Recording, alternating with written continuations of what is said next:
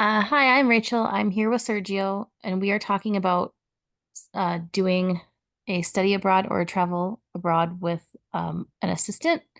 And Sergio is in Argentina, and he studied here in the United States. Hi, Sergio. Hey, Rachel. Let's get right in. So tell everybody a little bit about your disability and just whatever you want to share.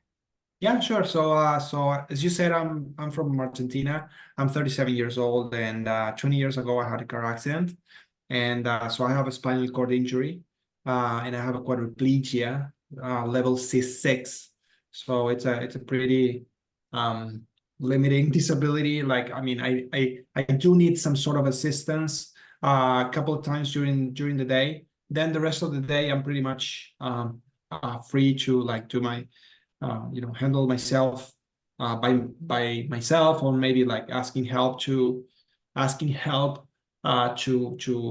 unknown people. You know that some things you really need like a personal assistant, like maybe to shower, you need like a person that knows you, right?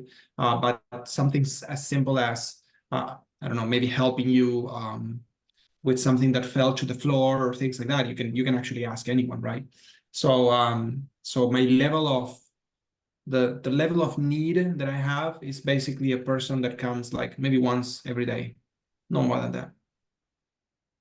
Okay. And something I just thought about. Have you ever had an assistance animal? No, I have not. I know just one person that has one, but I just never felt the need. I mean, I quite honestly, I never explored it. But like honestly, during the day, I really feel that I have no limitations at all. Okay, cool. So when you studied abroad and it Yeah. was here in the States. Was that with MIUSA? Was what? Sorry? Was it with Mobility International USA? Did they help you with that? No, no, no, no, no. I did everything on my own. I'm not sure if I already knew MIUSA. But like one way or the other. No, now that I'm thinking, I think that I contacted them. So I think we exchanged a couple of emails, but it was basically like they basically told me how the education system in the United States work in terms of disability. So they introduced me to this idea of having a disability office in each university. So basically, what I had to do was get in touch with the disability office of my university and start talking to them. Okay. Um, and so when you came to the States, you came to Florida? That is correct. Yes, I was in Daytona Beach for 2 years. Awesome. So your was there a specific name for the program you studied with, or was it just Yeah, so first of all, I had a scholarship that was granted by the Argentine government together with the U.S. Embassy in Argentina. Um, so the name of the program was Argentine Fellowship in Science and Technology, and it was part of a program that was part of the U.S. State Department called 100,000 Strong in the Americas, which was a program. I don't know if it's still ongoing. It's a program to empower people in the entire American continent. You know, not only North America but also South America. And then the name of the program that I studied, the actual academic program, was a Master of Science in Aeronautics. My bachelor is in systems engineering. So my idea was to combine my knowledge in systems engineering with aeronautics. awesome? Um, so when you got somebody to assist you, um, how did you find that person? Like, was it your friend or Yeah. So let me tell you the story. So uh, my first idea was to go to the United States without an assistant, without a full-time assistant. That was my initial idea. Money was a limitation, so I had to find the most economic alternative in order to try to save as much as money as I could. Um, I did not have a budget, but I knew that I had to spend as little as possible. So my first idea was to go by myself and live by myself, and then maybe hire like a person that would help me like stretching out, like doing some physiotherapy, which is basically stretching out, maybe helping me standing up, and also hiring someone that would help me like taking a shower, maybe going to the bathroom once a day, basically. The thing is, when I started talking to the disability office at my university, and I told them that I wanted to live on campus, they told me that based on my disability, I had to live with a personal assistant full time. They would not allow me to live without one. They told me if you want to live outside campus, you can do whatever you want, but if you want to live on campus, we cannot. You need a personal assistant full time. That was very shocking at the moment because I was not considering that. But I think that was a very good call because I really that's what I really needed. So that got me moving around. So my two options or my three options were one of them was to hire someone in the United States, but it was extremely expensive. Like hiring that 24/7, it's really hard. It's really hard in terms of money, right? You can always take a like an agency, but um, it's cost prohibitive for me at least. So another option was like to maybe get a family or friends to do that. Um, but before even doing that, I actually consider bringing someone from Argentina. The reason why I would do that is because it was much more cheap for me to bring someone from Argentina, mainly because the salary expectation of that person would not be as high as a registered nurse in the United States. Um, it was a tremendous difference in money in terms of money. So that's what I ended up doing. I ended up talking to my friends, to my family, trying to find some people around, and I ended up meeting a person that was it was crazy. Like the boyfriend of my aunt, he was studying at the university, and yeah, he had a classmate, a female classmate, and that female classmate had a boyfriend, and that boyfriend was the guy. So it was a terrific coincidence, but the guy was studying physiotherapy, and he was young. He was like 21, 22 years old, and he learned very fast, and he was really eager to do it. So that's basically um, how it all ended up happening.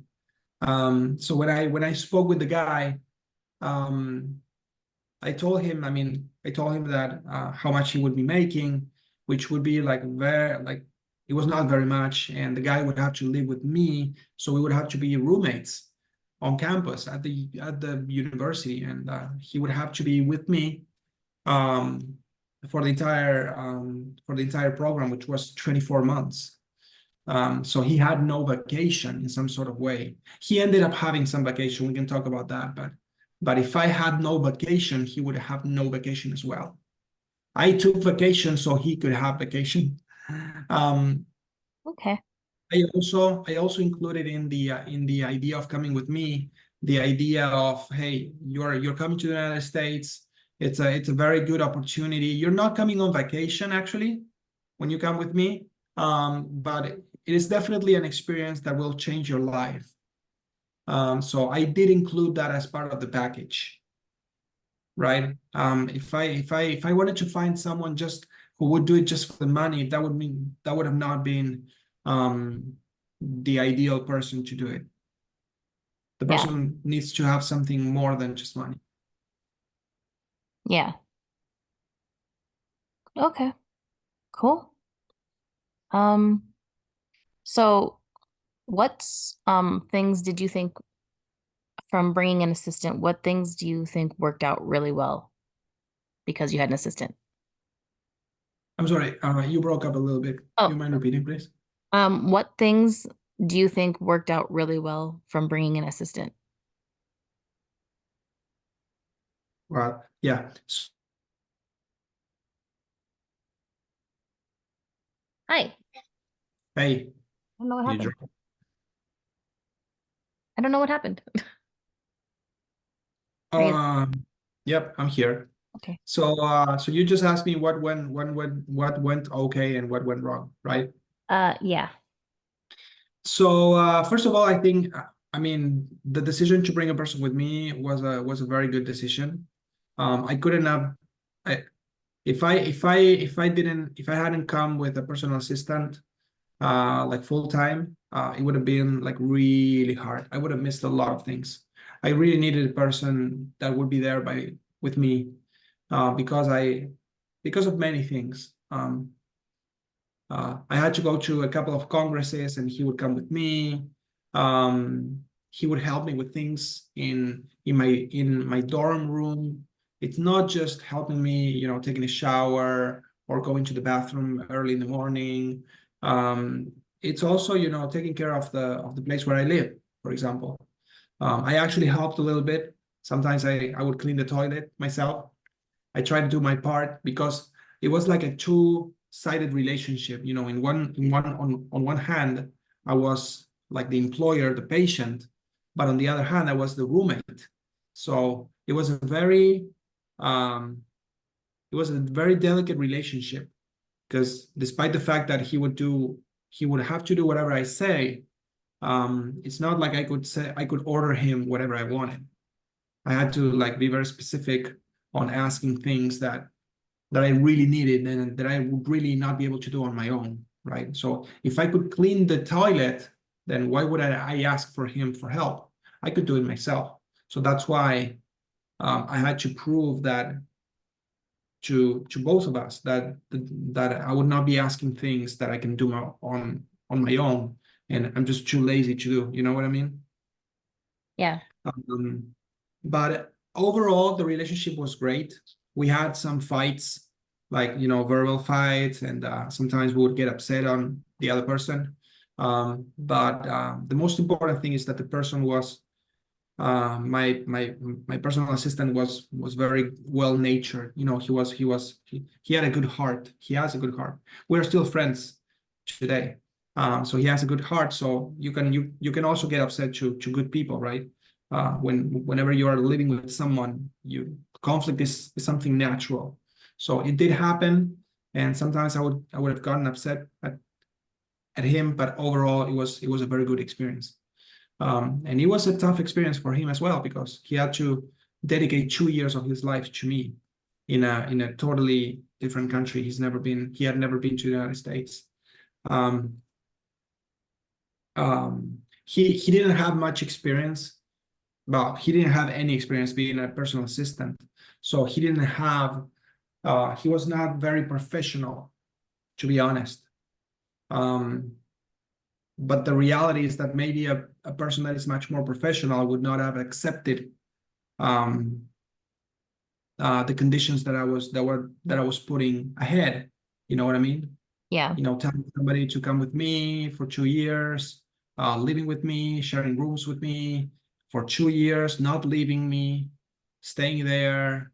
Um, I can also put myself in the other person's shoes and understand that not anybody would have accepted that, despite the fact that it sounds like a dream, like something very cool to do. I'm going with this guy and I'm gonna be his assistant, but it's kind of cool. So yeah, like anybody would want to do it, but one thing is to go for a month, and another thing is going for 2 years. Um, yeah. Yeah. Definitely. Especially when they live with you. Exactly. Yeah, yeah. But overall, it was like a very good uh relationship. So, what places in the States um did you travel to that were easy and which ones were really hard? Well, in general, the United States is extremely wheelchair accessible, in my experience. I've been to Europe like a month ago, and it's very hard, the accessibility. So, no, overall, I was very comfortable. Um, Especially like I moved around educational institutions. hotels, and they're all wheelchair accessible. Um, I couldn't ask for more, especially like coming from living in South America, which things are not that wheelchair accessible. When I went to the United States, it was really, really, really, really wheelchair accessible, and the law is in favor of you. So I think that the only problem that I can think of is that um like I drive a car. Okay, this is like the only problem that I can find about the United States in general. So I drive a car, and I cannot put my wheelchair in and out the car. I cannot do that on my own. I always ask someone else to do it. Normally, people in my situation in the United States would just rent a van, would just buy a van, and they would get in with their chair, with their wheelchair. So they wouldn't ask anyone for help. That's what I've seen over and over and over. I did not do that, and that's not common in Argentina. In Argentina, the most common thing is to just ask somebody else to do it. And you would ask just a bystander, a person that just walks on the street. You say, hey, do you mind giving me a hand? And that's it. Or maybe you go to a mall and you ask security or somebody who's parking their car and they would help you. That's what we would normally do. The problem about the United States is that there's a lot of suspiciousness on people. People are always afraid of strangers, or at least not always, but people are more afraid of strangers in the United States than in Argentina.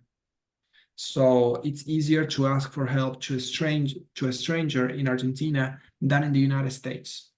In the United States, many times I've been refused help, and I don't blame them. I understand why they do that. It's just that it sometimes I've seen myself not being able to go to a mall because there was nobody to help me with the chair. And parking lots, they don't always have security. In Argentina, we always have security in parking lots. Um, so I think that was like the only limitation that I had in the United States. But other than that, I had a great experience. It's extremely wheelchair accessible. Okay, that's interesting. Huh. I kind of agree with that. I'm not comfortable asking. Um, Yeah. hmm. I wonder if if I was in Argentina though, because I'm not a Spanish speaker, if maybe that plays a part just because they know that I'm not from the place. I I don't know. think no, no. I mean, the vast majority of people would not feel suspicious of like a stranger asking for help because we don't have. I mean, I know a little bit about the U.S. culture, and I know that American people are like always afraid of like sketchy people that could hurt them, that could be on drugs or could have a weapon. And we never ever think about that here in Argentina. We could be afraid of like a person being a thief, um, Yeah. but but but it's kind of uncommon. If somebody's asking for help, you I think that on average we wouldn't you would receive help from strangers. Yeah. Oh yeah. Um, what would you like people to know about bringing along an assistant? Um, well, there are a lot of things that they need to take into consideration. One of the most important thing is that it's choosing the person, right? So as I said, it's not an employer-employee relationship like a normal one.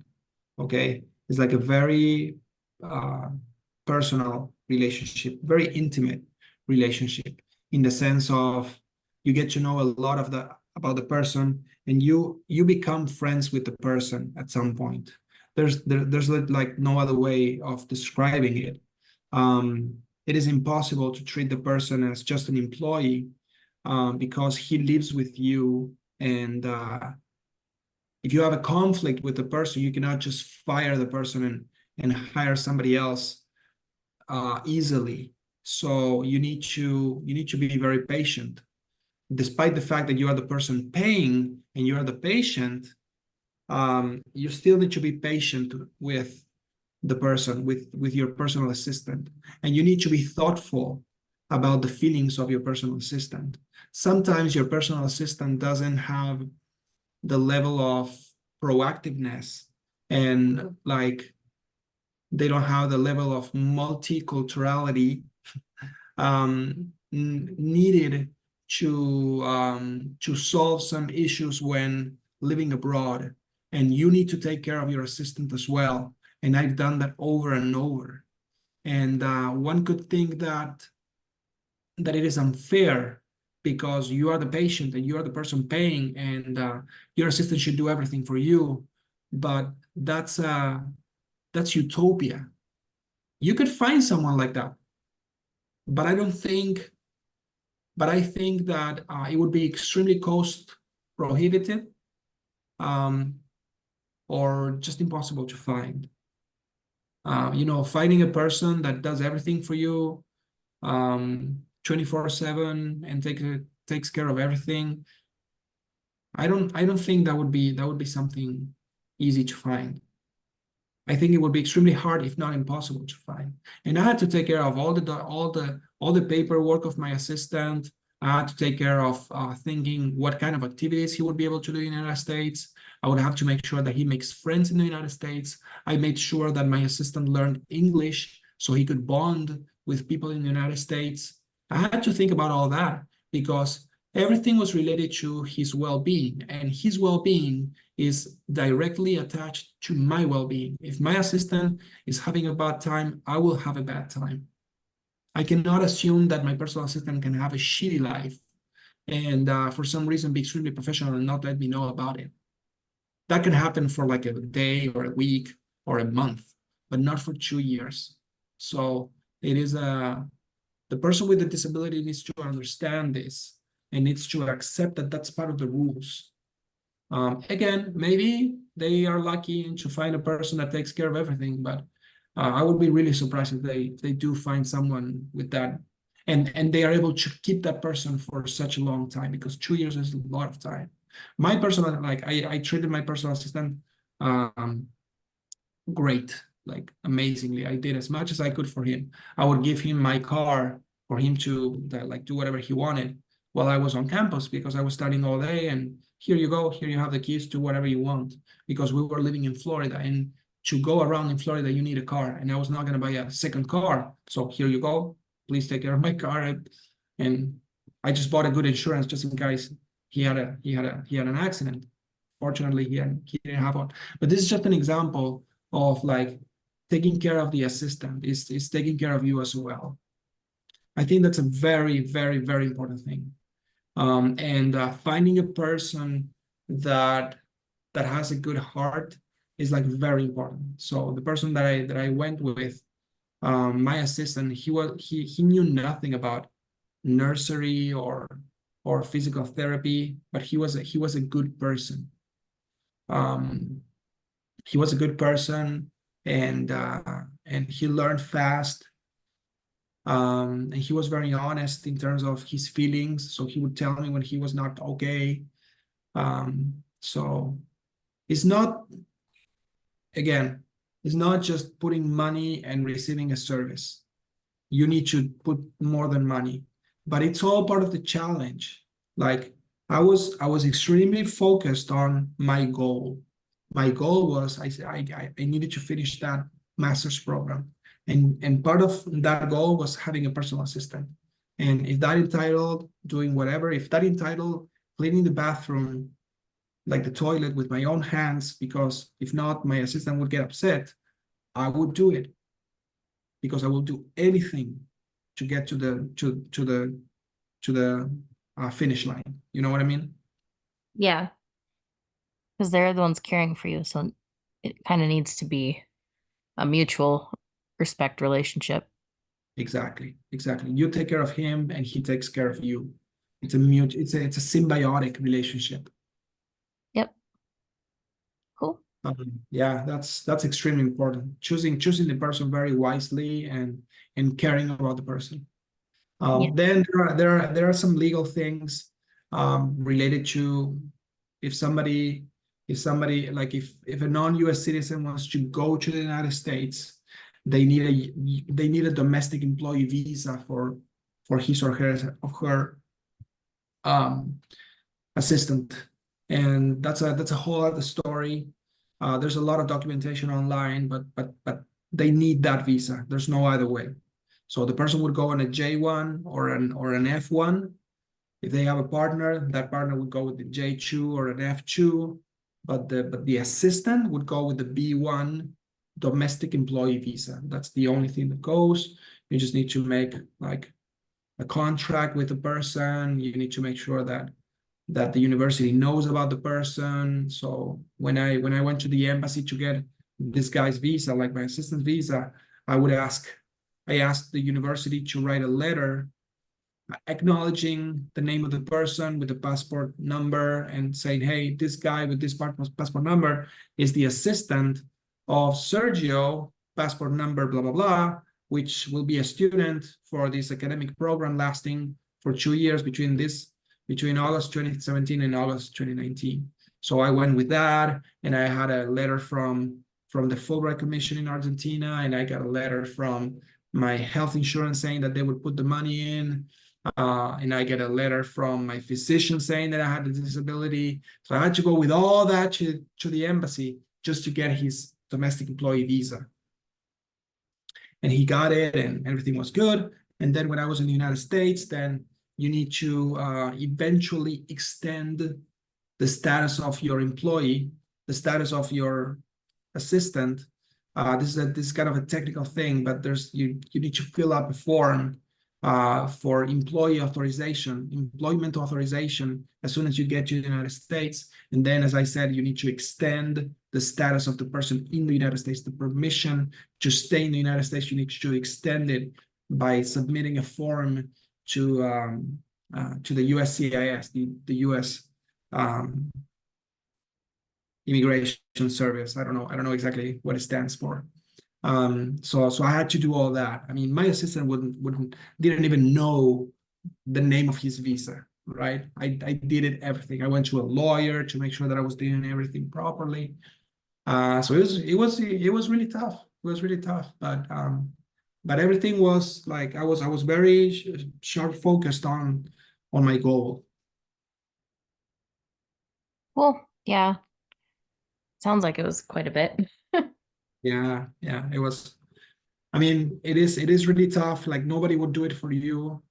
And that's why you don't see too many people coming from abroad with a personal assistant. It was a lot of work. Yeah. Hmm. Um, you've pretty much answered all of my questions, but since you studied in the States, what was your um favorite thing about studying in the States? Oh, that's a great question. So the favorite thing about the United States is two things. Like on one hand, from a human perspective, the multicultural environment. So having people coming from the entire world, that's extremely motivating for me.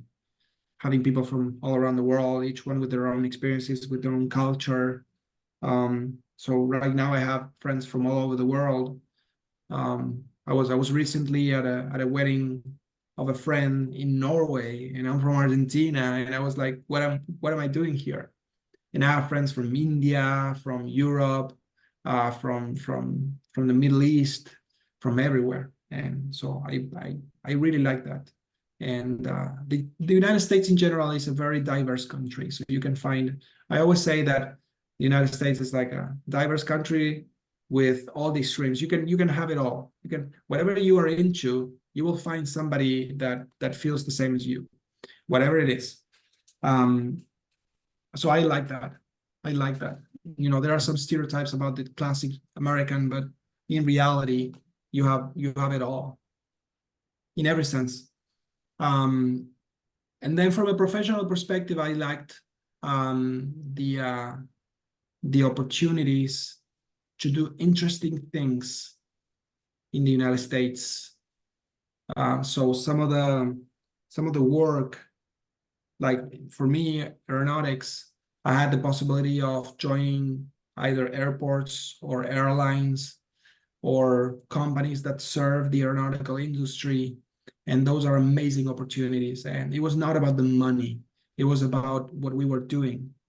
I would have stayed in the United States, not that much because of the quality of life, because I have a great quality of life here in Argentina, but because of the things that I would be able to do. In the United States, like Orlando International Airport is just one more airport, but it's larger than the largest airport in Argentina. And you can find like at least 10 to 15 airports like Orlando in the United States. So the differences are massive, at least in my discipline, but in the other disciplines as well. I also like very much the relationship of companies with the university. So the way that companies are embedded into universities um, was really interesting to see. I love everything related to education. I'm a I teach one course in my local university just for fun because I like it. They don't pay that much, but I love it. So it was really nice to see, and I can understand how that um, it's a powerhouse for economic development. So I really like that. Cool. Wow. Good to hear. Yeah, I do think you've answered all of my questions. Is there anything else you think people should know about it with? Um, I just want to say one more thing that I think it's interesting, um, which is maybe, well, yes, let me just say it, which is basically how to treat the subject of disability whenever you are um, approaching a university or an institution that gives scholarships. And what I always say is that nobody's going to give you a scholarship because you have a disability. But if you have a disability, you can tell about your story, and the people that are selecting the candidates can see values, core values, um, by learning from your experience. So they're not going to give you a scholarship because you have a disability. They're going to give you a scholarship because by showing them how you overcame your challenges that your disability gave you, they will see a resilient person. And those are the kinds of things that they want to see. Overcoming challenges is something that people selecting in these institutions always want to see. So I always encourage people with disabilities to give it a shot and to understand that disability is not a liability, but actually something that can actually help you showcase your values, your attitude towards life. I wouldn't call it an asset, but it's definitely something that you can use to showcase your values and your attitude and your resilience. So that's really important. Awesome. I think that's a good point to end on. Yeah, my pleasure. Yeah. Thank you, Sergio. Absolutely, If I have absolutely. if I have any more follow-up questions, I will email you and let you know. Of course, of course. Always happy always happy to help Mobility International USA. Always there to help. Cool. Uh, thank you. Have a great day. Yep, you too. Stay in touch. Bye-bye. Bye.